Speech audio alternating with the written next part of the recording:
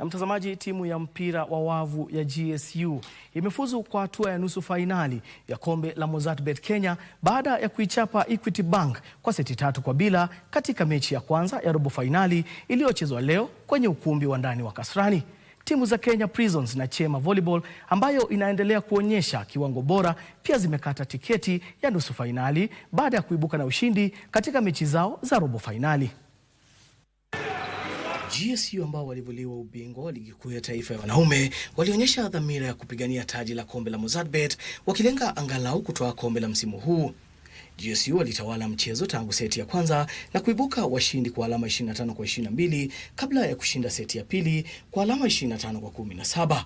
Walikamilisha ushindi wao kwa kutoa seti ya tatu kwa alama 25-16 na hivyo kufuzu kwa hatua ya nusu fainali. Katika mechi nyingine ya robo fainali, Kenya Prisons pia walipata ushindi wa seti 3-1 dhidi ya APK.